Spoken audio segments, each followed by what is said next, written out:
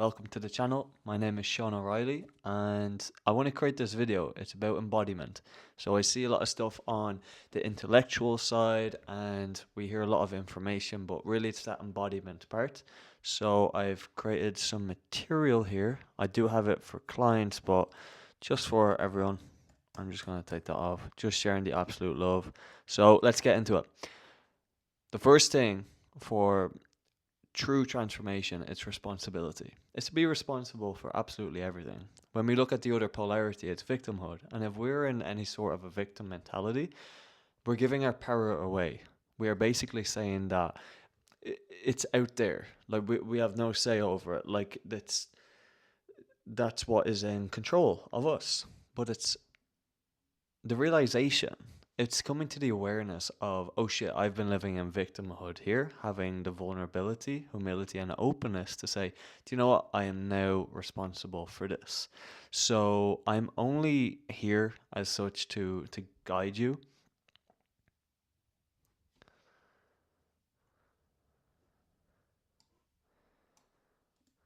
Brilliant. Right, I'm just going to do that again. So, hello, welcome to the channel. My name is Sean O'Reilly and I am creating this video for the purpose of embodiment. So there's a lot of information out there. You've probably looked at meditation, reading all these books, but there's no real integration there, or there's not that awareness that's creating that space between who you think you are and who you really are.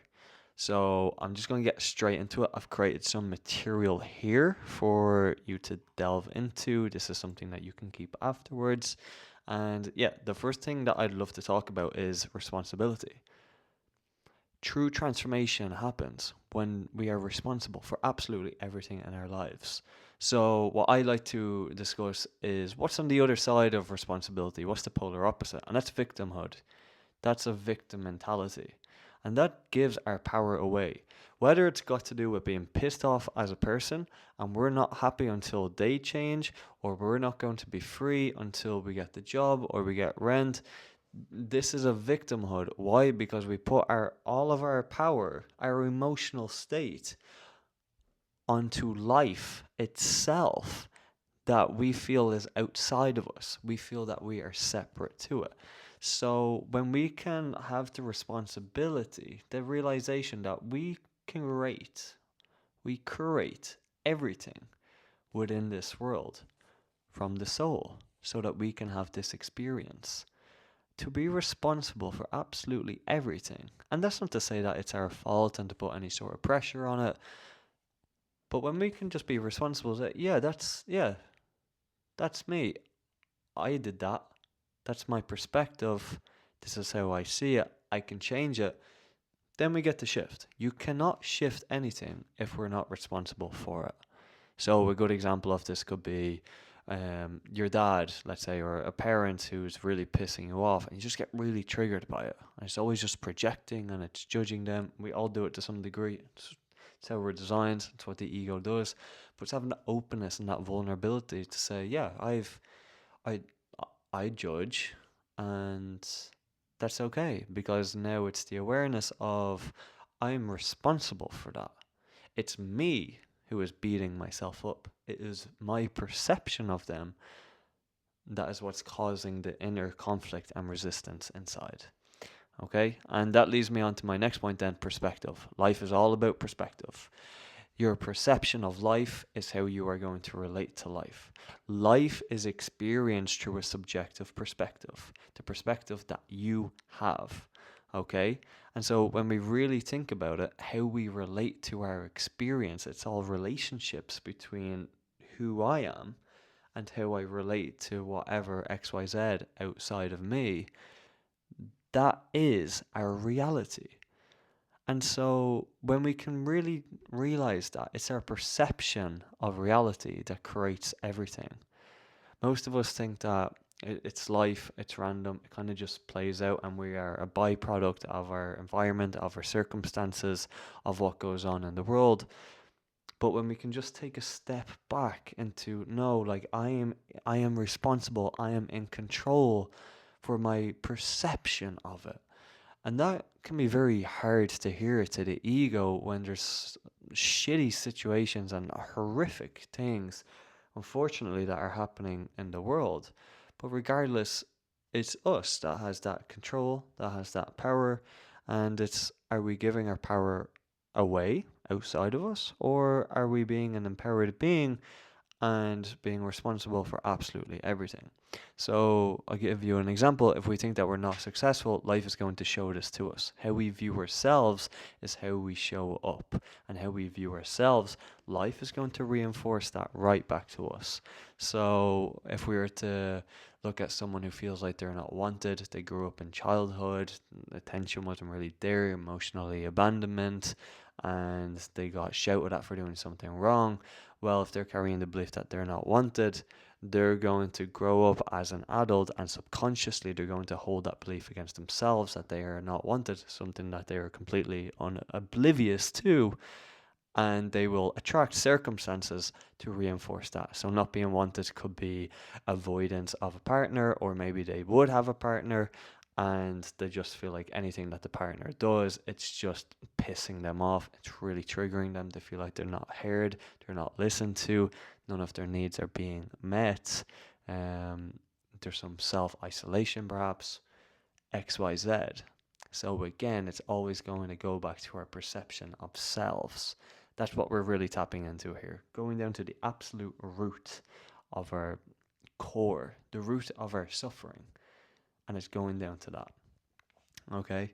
So we're not a victim of circumstance, we are a victim of perspective.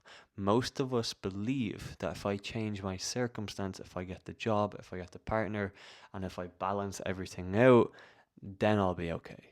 Then I'll be at peace. Then there's freedom. But this is an absolute illusion. Freedom, peace, all of it is something that you tap into now. The biggest insecurity is thinking that we are secure when we have the finances set out, when we have the job, when we're paying rent and we found a house, or maybe we've even bought the house. It's not about circumstances, ladies and gentlemen. It's about our perception of the entire thing itself. And we've all been there where okay, like there's one area of my life that's really good. Oh, amazing, now it's all good. Ah, fuck, it's shit.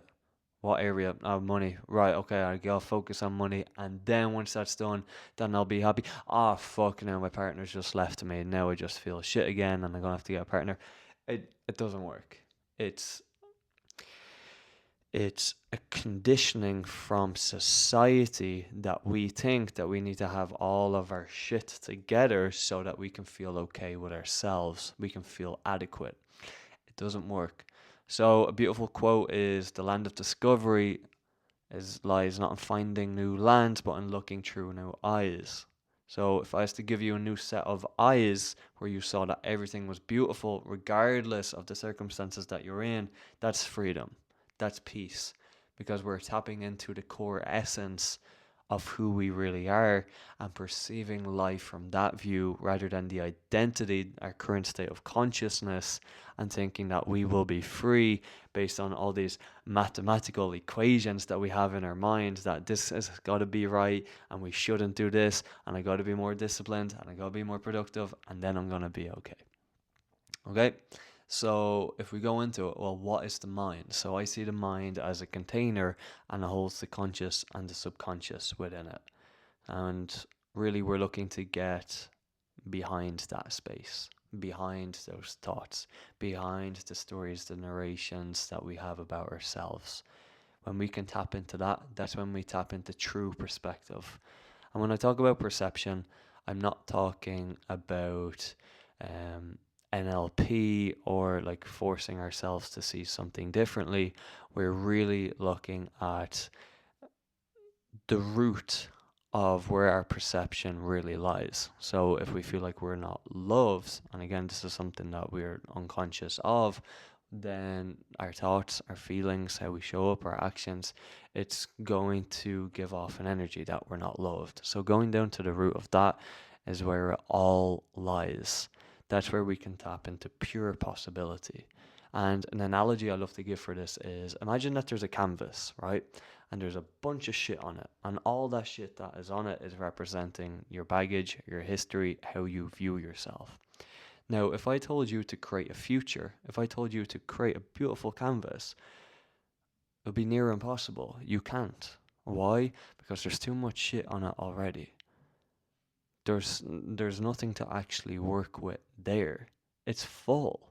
So when we can create space, when we can create that leverage and a place of curiosity and playfulness and to be authentically us, then we can actually create, because we don't work with linear time anymore.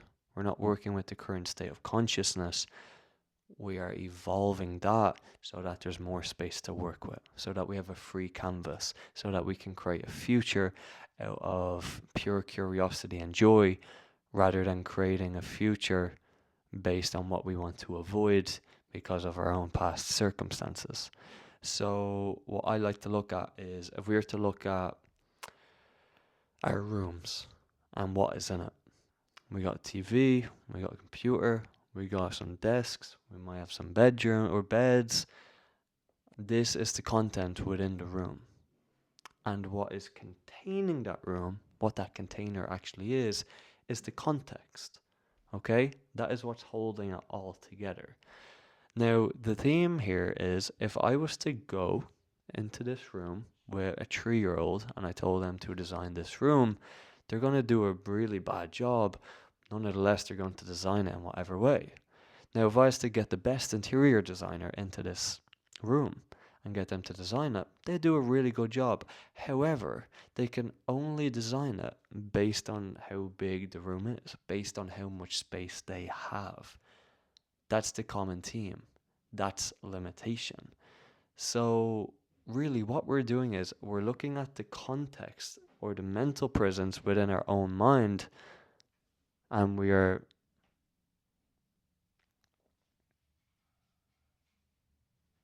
so basically, we're looking at the context, or these mental prisons, I should say, within our own mind, and we're looking at what limitations are really holding us back. So, if we were to look at content, for example, content is the conscious part, and the context is the subconscious. It's what's holding it all together. These mental prisons that we've created through no fault of our own, unobliviously, the experiences that we've went through, and then the internalizations that we have then made about ourselves. This is what is really keeping us stuck. But again, this part's really important. We don't have any problems with our content. So that's finances, that is trying to get a better job, it's the girlfriend, it's the boyfriend. We don't have the physique that we want, XYZ. We don't want to live in this place no longer. These are not the actual issues. What the issues or the problems that we think we do have, it's at the fundamental level of the underlying fears and conversations that we have with ourselves that manifest reality as a byproduct. Our reality, our current reality, is a byproduct of what's going on inside of us. So those mental prisons is ultimately where freedom lies, on the other side of that. And yes, it's uncomfortable. It's in the subconscious mind because we've buried it there, because we've learned as an ego to think that this is scary. This could easily hurt us. But when we get down to this, then we can dissolve the issue that we think we have. Because most of us roam this world where we think we have some sort of an issue. Maybe it is finances.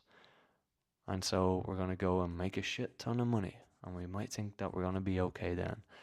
Or there's a subconscious pattern that's driving us to date women, to fuck as many people as we can, to go out and do drugs or go to clubs and just be an absolute sloth to our own desires that don't actually serve us.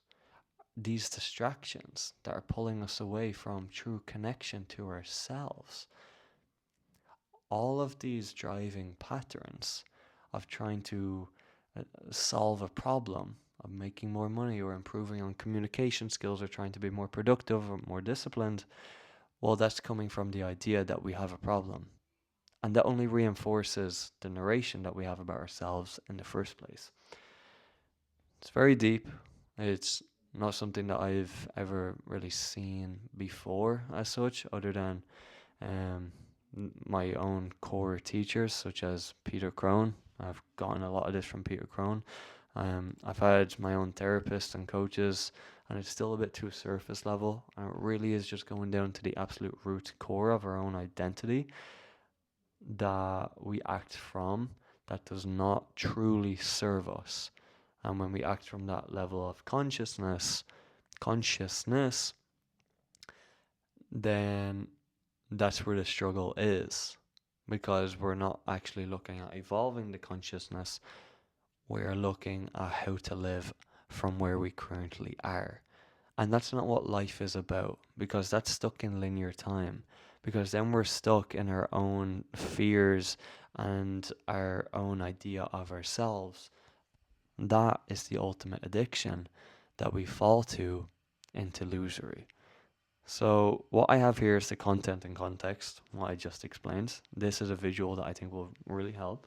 So the content is conscious, context is subconscious. And then we have the soul.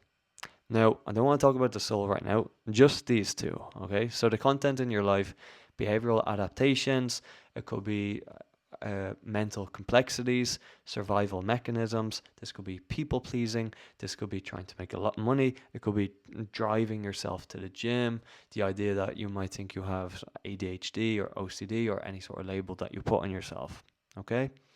Now, where all this actually stems from, because that's not the true problem. Where it stems from is the context, it's the mental prisons that we hold against ourselves that we aren't aware of in the subconscious mind. So this is, I don't matter, I am bad, I am not wanted, I am not a good person, whatever that is.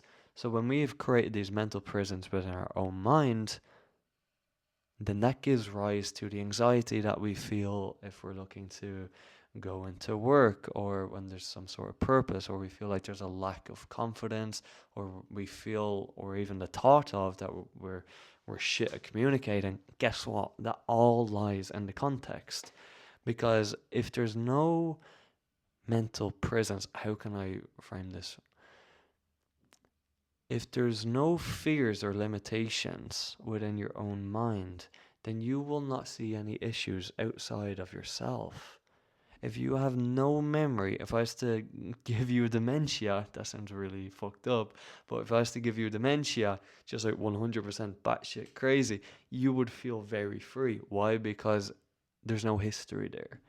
You're battling against the history. You are battling against your own conditioning. What you have learned, and what you have learned is misaligned. It's inauthentic to who you truly are. And that gets into my next point.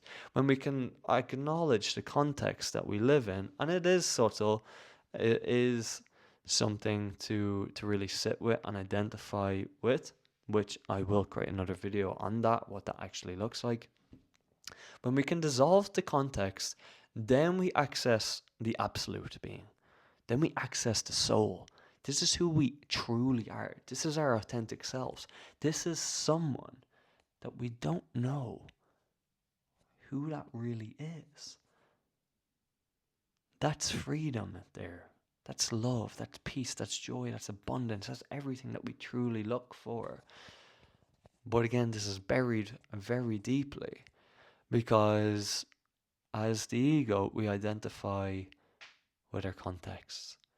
We identify with what we have learned, with how we've grown up in this world. So a beautiful analogy I like to give is, I want you to imagine there's a human standing on the path, and it looks up and it sees the clouds. And the clouds are the contexts. And it's very cloudy. And above those clouds is the sun. And the sun is the soul. But we can't see the sun because there's too many contexts in the way.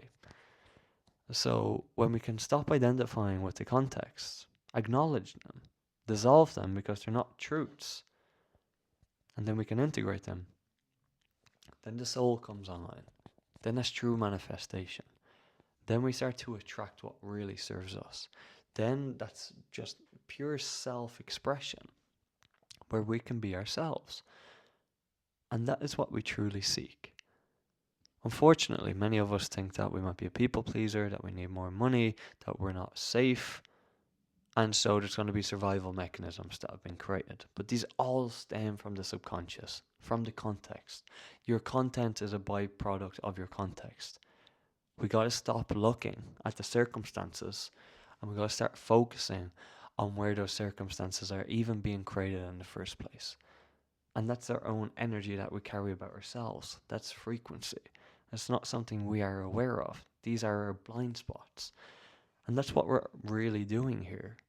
We're becoming more aware, more expansive, allowing the subconscious to raise up into the conscious. And when we can do that, then we start to tap into some sort of freedom. Then the soul starts to come online. This is where beingness is, oneness, wholeness, empathy, forgiveness. Not something intellectual, but a true embodiment. And that's something that I absolutely will create a video on what that actually looks like. But if I was to give you a quick example, it would be if Timmy, let's say, grew up with the belief that they weren't wanted, okay?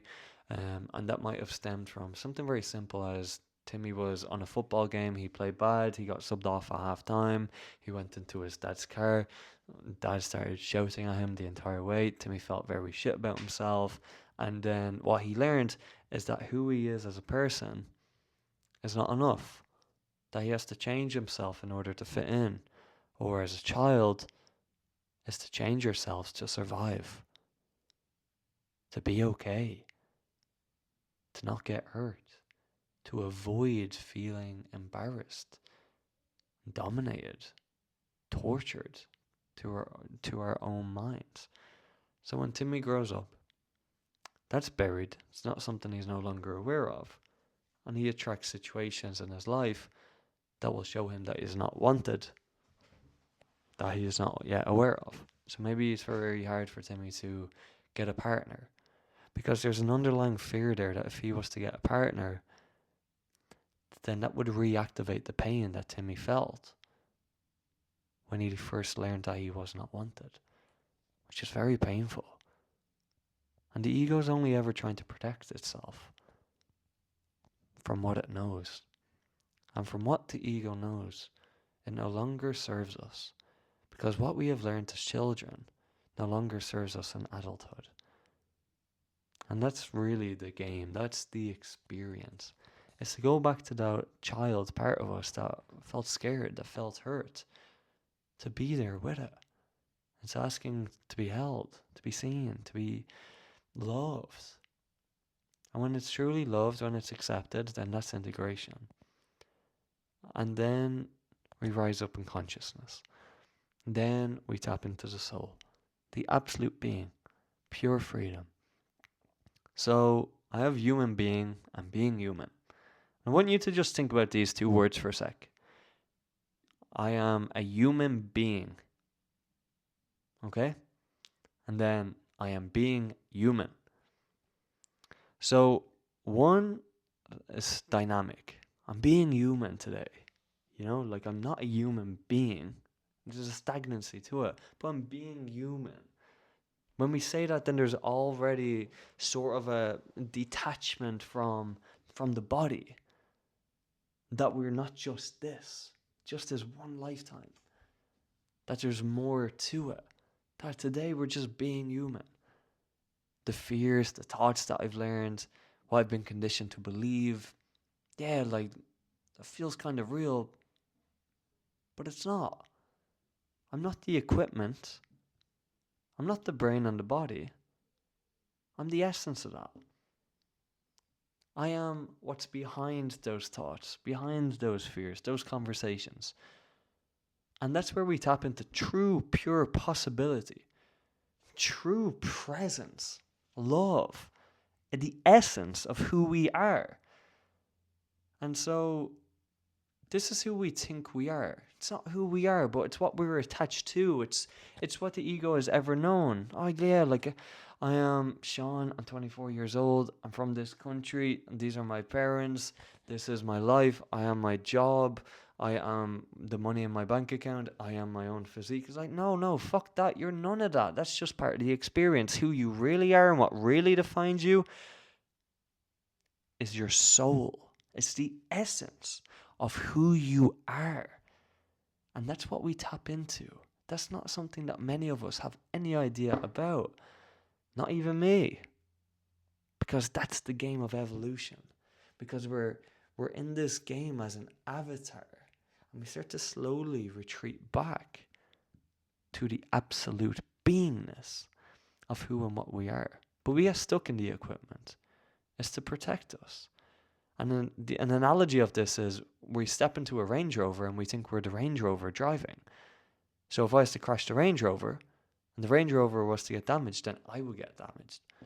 But it's not. It's absolutely intact. And I know that might be hard to comprehend, but whatever happens to us, it doesn't define us. How much worth we think we have, how much validation we think we need, what actions we take to be liked, to be appreciated, that's all the illusion. That's something we have learned based on the mental prisons that we live in. And this is where this is the insidious part. It's the attachment to the body. It's the identification to the body. That is what causes our own true suffering. And when we can detach ourselves from that and realize that's just part of the experience and that we are not this human equipment, that we are the essence, the spirit, then we can't be affected. Then it's okay. And so there's no energy being expended on our identity of who we think we are. There's no trying. There's no doing. We're just being, observing. And then everything is just natural to us. I know it sounds very fun and sunshine and rainbows and butterflies. It's a process. It's absolutely a process. It's not easy. I would say it gets more simple with time. It's kind of like building a muscle in the gym. But with time, our own mental complexities and ideas of ourselves, they start to dissolve. So the way that I put this is we have lenses on, okay? Like if you were born into this world and you were born with 100 different colored glasses on or lenses, you wouldn't know that you're wearing them because you were born with them, something that you came here with. Now, instead of the colors, replace that with limiting beliefs. Replace that with shit, history, the past that does not serve you. And it's only when we can take it off, when we can come to the awareness that we were wearing the lens in the first place, that we weren't free. And that's the biggest sickness too. We don't know we need freedom. We don't know that we're in suffering. Because we're so, as Pink Floyd's song is, comfortably numb. We're so comfortable that we actually lose ourselves. We completely lose touch with connection, with wholeness, thinking that we're separate to everything and everyone. Even ourselves, there's just no connection there. There's no reality where we can be truly fulfilled and satisfied with that. Because we get so lost fulfilling our own void. And it can't be fulfilled. The ego cannot be satisfied. It's a hungry bastard. Give it all the clothes, all the money, all of the achievements. It's still going to want more. It's still going to be hungry. It's not. Freedom does not lie there. Freedom lies in the dissolution of our own identity, in the detachment from the human body, the brain. Yeah, so that's really it. And when it comes to contexts, when we can drop our own behavioral adaptations, overcompensations, mental complexities, Then we tap into the real us. How do we drop these? With the context, the identity that we have built up. Shit. And yeah, our own suffering, again, I just want to reiterate that our own suffering comes from our own idea of ourselves. That's it. We're so addicted to who we think we are. That is where we experience the negative emotions, the pain, the anxiety, the suffering mostly. And so when we can start to dissolve that, then we can tap into the soul. And that can be uncomfortable. It can be scary. The mind is going to say, what does that look like? Well, I don't actually know who I am. Like, this is how I've always lived. It's like, yeah, it is how you've lived. But how you've been living has not been truly serving you. And it's to take that first step. And it's something we don't know, but we don't have to understand it. We don't need to have it all figured out. I like to use the expression fall forward. Fall forward. You might actually fall sometimes, and that's okay. We might actually feel really scared and in fear, feel really sad. That's okay. If it's not life threatening, it's ego threatening. And if it's ego threatening, then that's the work being done. And we can look at that and observe it. And we can stop running away from it and face it. We run away from our own shadows, but really those shadows are only ever showing us something about ourselves. And it's having the courage, the humility, the openness to look at those shadows, observe them, feel into it, hold that part of us that created the shadow in the first place, shine the light on it, accept it, integrate it, and then we live from a new space, a new version of us that we don't know. Like, who are you without any fears? You don't know. And that's a death. The death of an identity. The death of who you think you were. When we can dissolve these contexts and we can act from the soul, then that is a life we have never experienced before. But it's going to be one that will serve us more. There's a great analogy I want to leave you with. I learned this from Peter Crone. Again, a great teacher. He's taught me so much. When Michelangelo was interviewed, the interviewer asked him, how did you create David when he created that sculpture? And he said, well, David was already there. I was only chipping away the parts of him that weren't actually him. And that's what this work is. This is what expansion of consciousness is. It's to dissolve, or I like to say more integrate, because it's always going to be there. That's part of us. It's to chip away those parts of us that don't actually serve us anymore. It's to chip away those parts of us that weren't actually ever us. It's only something that we learned in an environment to survive so that we can adapt to a space where we didn't feel safe, where we were avoiding to get hurt again, and we were just trying to be okay and get along with life. We're children, it's all we know. We're doing the best we can with what we know. And when we can tender and to sit with the inner child of ourselves that still feel that way, then that starts to transform. Then we start to live a life that we don't actually know what is entailed within that. And again, I want to say, like, that might be scary at first, but when the ball starts rolling and we can realize that, shit, we're none of these fears, then who am I? And that is the discovery of life. That is the discovery of self.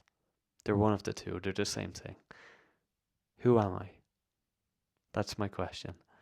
So, yeah, if you have enjoyed this video, a like, a thumbs up, a comment, a subscribe, that's always appreciated. You are exactly where you are meant to be. There is no mistake in that. Any worry, any anxiety, that's okay. Let it be there. It's only showing you something about your wounded self. And that's okay too. It's for your own evolution, my friend. I love you. Thank you. And all the best.